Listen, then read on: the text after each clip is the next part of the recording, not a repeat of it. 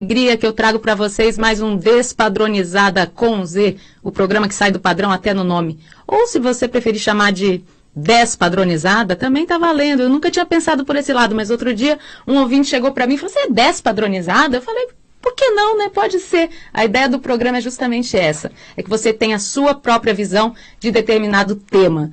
E hoje a gente vai trazer um tema que vocês sugeriram, que é bem interessante. Eu estou começando a entender desse tema, que é Bitcoin, que é a criptomoeda que todo mundo está falando, né? Todo mundo está falando, mas pouca gente conhece. Então, eu vou deixar o telefone da rádio, se você quiser participar, fazer sua pergunta, é 3171-0221 ou 3262-4490. Tira a sua dúvida sobre Bitcoin. Você conhece Bitcoin? Com certeza você já ouviu falar, porque muita gente está falando de Bitcoin, mas pouca gente conhece de fato.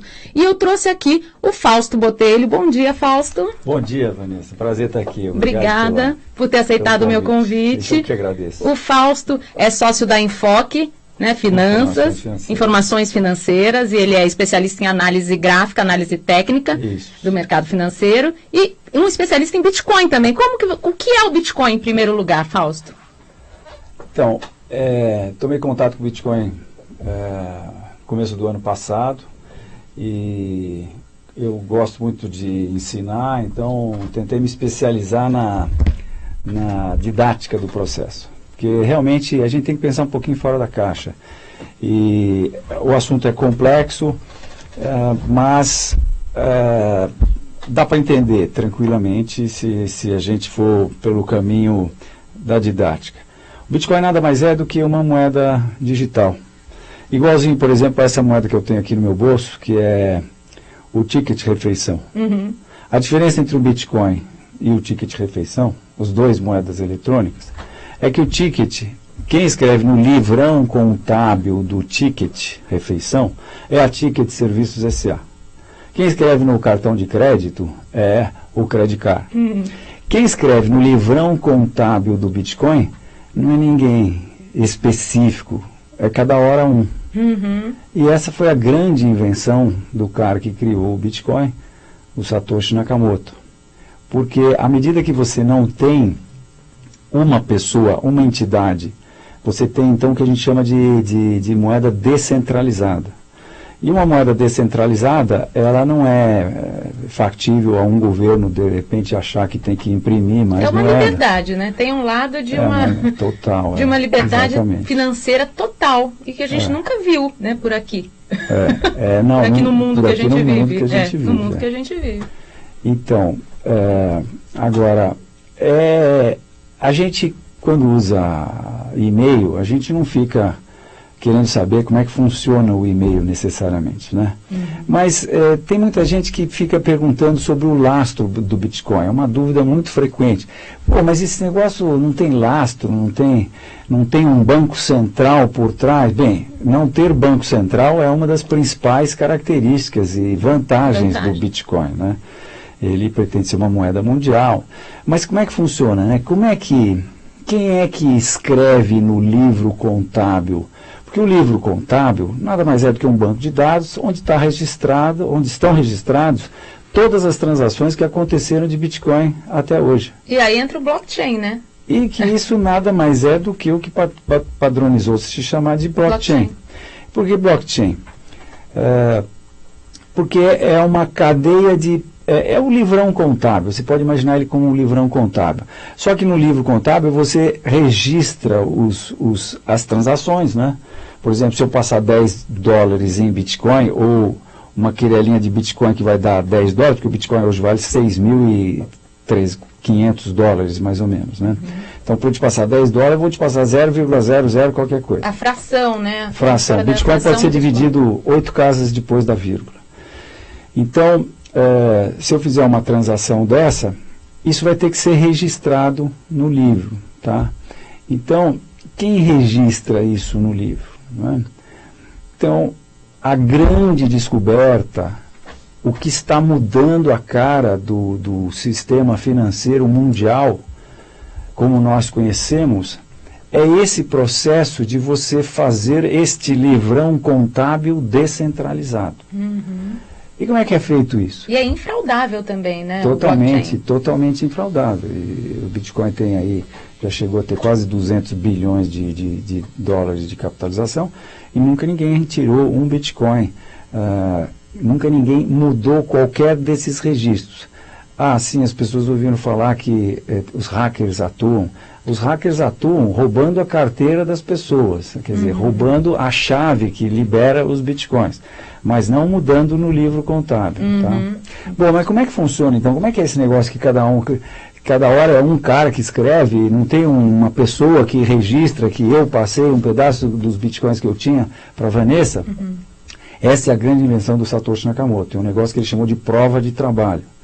Então, ele falou, aí moçada, vem para cá, vem me ajudar a tomar conta desse negócio que eu inventei, que pode ser uma moeda mundial, descentralizada. E, olha, vocês para ajudarem aqui, vocês têm que comprar um equipamento e ficar ajudando a administrar. O pessoal chama esse pessoal de mineiros, os mineradores, mas eu acho um péssimo nome. A primeira vez que eu vi isso, começaram a falar de minerar. Eu achava que era minerar mesmo, que nem, sabe, ouro, aquela pessoa antiga. Eu falei, depois que eu fui entender. Mas... Eu acho que não é uma correlação boa. Na verdade, eles são os caras que estão lá ajudando a tomar conta da rede Bitcoin, do blockchain do Bitcoin. E para isso, por exemplo, se eu estou passando um pouquinho de Bitcoin para você, ou um pocão de Bitcoin, pode ser 10 dólares, pode ser 10 milhões de dólares. É tudo tratado exatamente da mesma maneira. Tá? Então são esses caras que vão checar se eu tenho as Bitcoins para poder estar passando para você. Tá? Muito bem, então a sacada do Satoshi Nakamoto foi criar um mecanismo que ele chamou de prova de trabalho, Proof of Work, em que, nesse momento, todo o poder computacional, ou seja, os computadores ligados à rede Bitcoin, nesse exato momento aqui que eu falo, eles estão tentando resolver um problema criptográfico matemático. Dificílimo. Se eu pegar o meu laptop, que é top de linha, e tentar botar ele para resolver esse problema, vai demorar 10 anos. Porém, Vanessa, o poder computacional da rede Bitcoin resolve esse problema em 10 minutos. Até porque, a cada 2 semanas, o software que roda na máquina de todas essas máquinas, ele regula o problema para que o poder computacional de então resolva o problema em aproximadamente 10 minutos. Tá? Nossa, é a força então da rede, né? A força da rede. E esse é exatamente o lastro do Bitcoin. O lastro do Bitcoin é o maior poder computacional do mundo. Agora, vamos botar pingos nesses is aí. Quando a gente fala de poder computacional, qual é o maior poder que a gente usa todo dia e que a gente conhece bem? O que você usa todo dia que faz a TIM, ele põe lá tudo que tem a ver com a TIM? O Google, né? O Google. O oráculo, né? Então, o poder computacional do Bitcoin é comparável ao poder computacional do Google. Só que é 500 vezes maior do que o poder computacional do Google. Esse é o lastro do Bitcoin. Agora, por que os caras resolvem alugar um armazém lá em Toronto, onde a eletricidade é baixa, que eu acabei de ouvir aqui do meu amigo, e onde existe um clima frio para resfriar essas máquinas? Então o cara tem que alugar um armazém, tem que investir um monte de dinheiro para comprar equipamentos especiais, que são esses equipamentos que tomam conta da rede Bitcoin. Tem um fornecedor lá na China que fornece. E ainda gastar uma grana. Tem parques de computadores desses que gastam milhões de dólares por mês de eletricidade. A grande questão é a energia, né? Para gerar o Bitcoin. Na verdade, quem gera é a rede. Mas vamos lá. Por que os caras fazem isso? Dá para explicar com 2 dedinhos. Eu estou raspando o meu dedo indicador com o polegar. Por grana, pô. E que grana é essa? A grana são os bitcoins emitidos pela rede. Pela rede que é controlada pelo software que roda na máquina de todo mundo. Que software é esse? O Bitcoin, acho que é o 3.24, não sei o que foi a criação do Satoshi Nakamoto. Está constantemente sendo evoluído, ele vai evoluindo. Inclusive as frações do Bitcoin são chamadas de satoshis, né? São chamadas de satoshis. A menor fração do Bitcoin é chamada 0,701 Bitcoin é chamado de Eu tenho satoshi. alguns satoshis, eu tenho que confessar que eu tenho alguns satoshis. Isso é muito bom. Eu estou no caminho do Bitcoin. Mas enfim, então, esses caras estão lá tendo esse trabalho todo porque eles querem ganhar dinheiro. E como é que eles ganham dinheiro? Eles ganham dinheiro porque o cara que consegue resolver esse problema, ele vai ter a honra de ser o cara que vai escrever uma folha, uma página no livrão contábil do Bitcoin. Essa página vai conter aquela transação que eu fiz com você aqui, que eu te paguei, passei $10 de Bitcoin, não era isso? Sim. 10 ou 10 milhões, né? Não, vou ficar no... Eu acho que 10 milhões é melhor.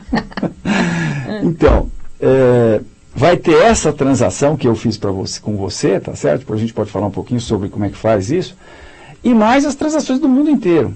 Desde que essas transações caibam em 1 mega de tamanho. Isso tem razões técnicas também, razões de não concentrar, centralizar. Então, esse cara vai ter essa honra, então ele vai juntar todas essas transações que já foram aprovadas por outros nós da rede, como sendo transações ok, porque ele constatou que eu tenho os bitcoins para passar para você, tá certo?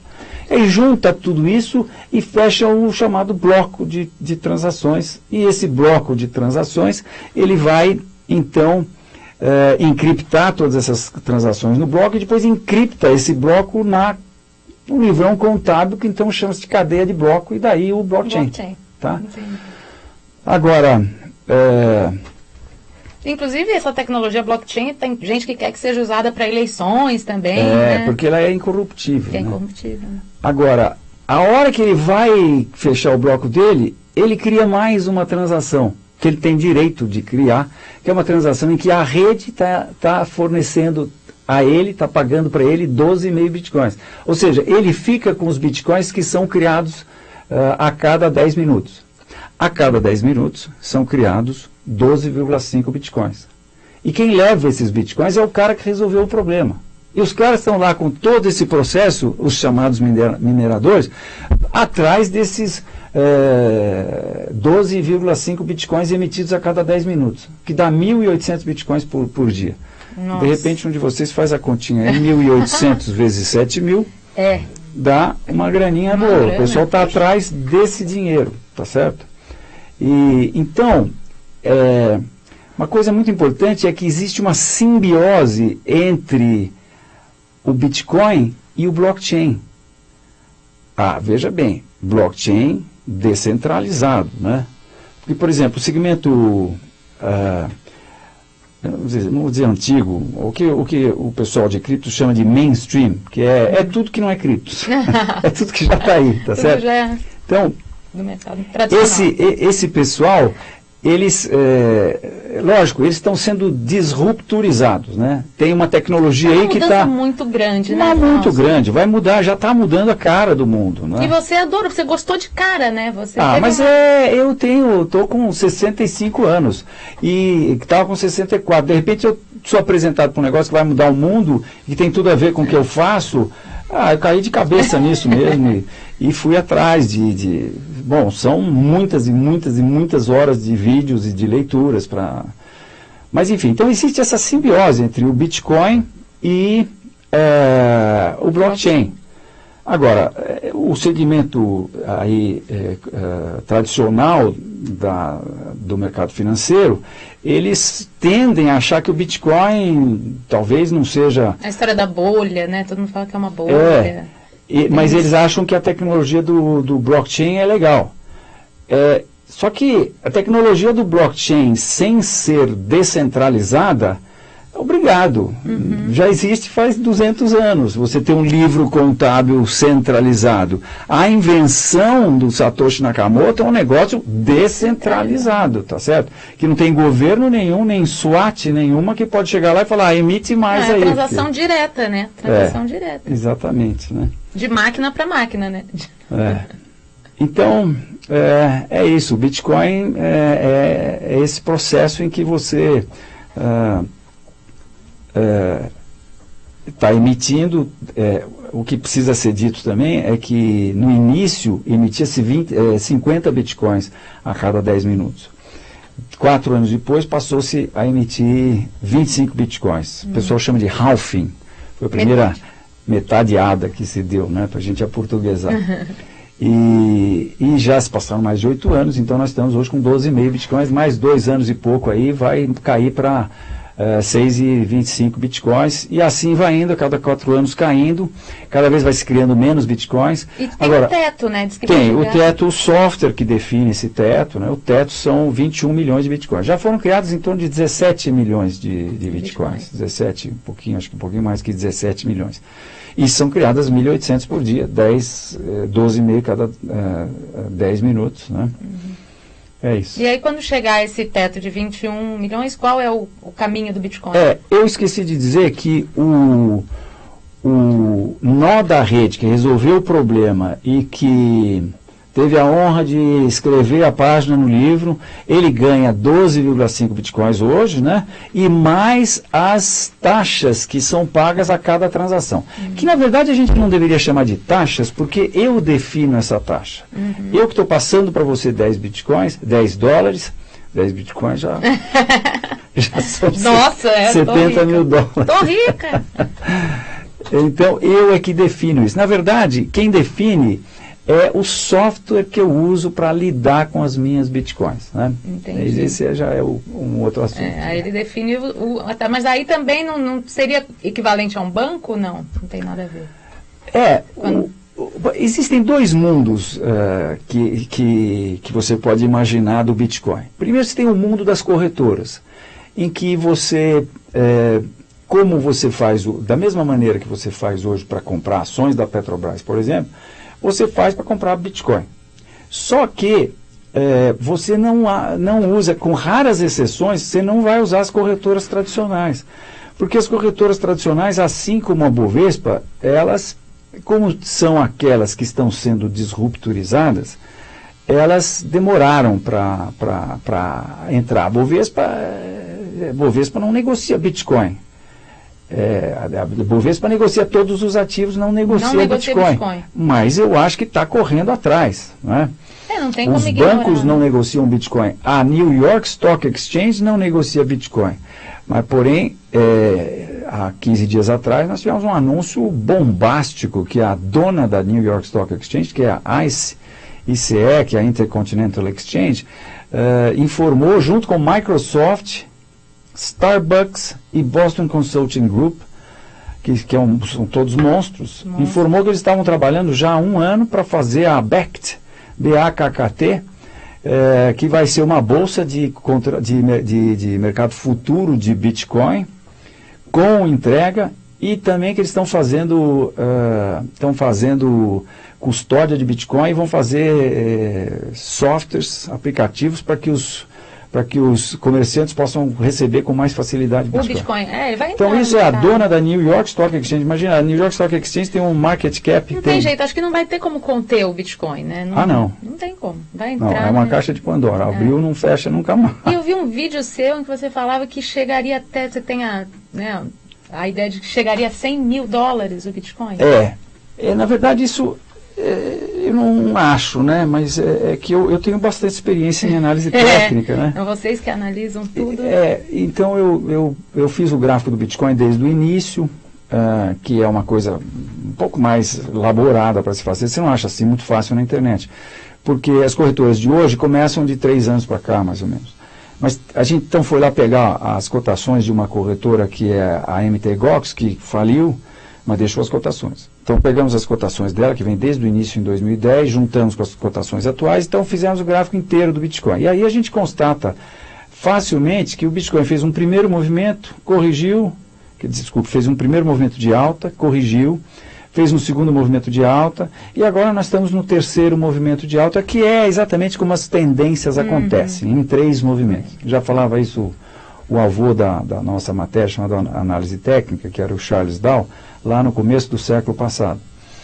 E, enfim, é simplesmente uma constatação de que eu não tenho razão nenhuma para acreditar que esse terceiro movimento será menor do que os 2 primeiros.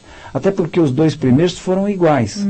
Agora, como é Bitcoin um negócio que vai mudar tudo aí, o primeiro movimento foi de 50.000% aproximadamente, o segundo também. Então, se esse terceiro movimento, agora que está esse fuzué todo aí com o Bitcoin, né? O mercado tradicional está entrando totalmente, né, caso da NYSE que eu falei, então eu não tenho razão para acreditar que esse terceiro movimento será menor do que os 2 primeiros. E se for apenas igual, os preços estão indo para $100 mil. Sim. E você acha que aí depois ele tem uma queda? Eu acho que o Bitcoin vai ser eu acho que a maneira mais fácil de você pensar nele ele vai ser a TED. Sabe? Sei. Porque o Bitcoin hoje ele permite 7 transações por segundo, porque naquela página do livro contábil, que é registrada lá a cada 10 minutos, cabe 1 mega só. E isso permite que sejam feitas, dá mais ou menos 7 transações por segundo, perdão. A Visa é coisa de 20 mil transações por segundo. Agora, na verdade, então, essas moedas eletrônicas, né, e a gente precisa dizer que no rastro do Bitcoin foram criadas mais outras 1.800 moedas eletrônicas, né, que são negociadas. Né? Não para de surgir, né? Counting, E são negociadas em aproximadamente 12 mil bolsas. Existem 12 mil bolsas no mundo negociando Bitcoin hoje. É impressionante. Nossa, impressionante, né? É uma loucura. Ou a gente aprende ou a gente vai estar fora do mundo. Não, realmente, e é uma coisa tão mais dinâmica, né? Hoje, quando você compra uma ação, você demora 3 dias para receber, D mais 3. Você compra uma moeda criptografada, uma criptomoeda, você D mais 10 minutos. Você em 10 minutos está com ela na mão e faz o que você quiser e põe ela no bolso se você quiser, tá? Então, e eu prevejo que isso vai acontecer com as ações, porque isso é tão mais dinâmico. E você pode, por exemplo, sei lá, Magazine Luiza. Olha, dona Luiza, uma sugestão para a senhora. Que tal pegar um pedaço das suas ações e transformar em tokens, em moeda, em criptoativos, né? Não necessariamente uma criptomoeda. Né? Então, eu estava falando das transações, né? Então eu fui há pouco tempo num seminário de uma moeda específica, chama-se Hashgraph. Ela não foi lançada ainda, ela está criando o blockchain dela. Mas o negócio dela, os caras falavam que eles não estão indo atrás de fazer 20 mil transações, porque isso resolve o processo das transações eletrônicas no mercado financeiro. Elas estão indo atrás de fazer um negócio que vai transacionar milhões de transações por segundo. Nossa. Porque você vai precisar de milhões de transações por segundo para a internet das coisas. Geladeira de todo mundo falando com o supermercado de todo mundo. O carro, todos os carros, quando os carros forem autônomos, falando com todos os carros. Sai daí que você está um pouco para a esquerda. É uma mudança brutal, né? Brutal, Realmente, como a gente conversou, meia hora é pouco para falar sobre esse assunto, né? Então eu quero te convidar de novo para a gente voltar a falar de Bitcoin, porque é muito interessante. O Fausto deu uma aula aqui para a gente. Eu estou cada vez mais interessada pelos bitcoins. Quero agradecer a presença do Fausto. Eu que agradeço a oportunidade. Pode deixar seus contatos, canal, que foi... O nosso canal do YouTube é Enfoque. Canal Enfoque, que é o E no final. E se você não me achar, Fausto Botelho com Enfoque, aí você me acha. Acha, não tem como não achar o Fausto. E é isso, gente. O meu canal é o Despadronizada com Z no YouTube e tem a página do Despadronizada com Z também no Facebook. Se você quiser mandar a sua mensagem, a sua sugestão, manda por lá, tá bom? Quero agradecer a Lopes Calil Engenharia, que é o nosso apoiador. Muito obrigada, gratidão eterna. E é isso, fica a dica. Se o padrão é seu patrão, peça demissão. Um beijo enorme, cheio de carinho e até sábado que vem. Tchau, tchau.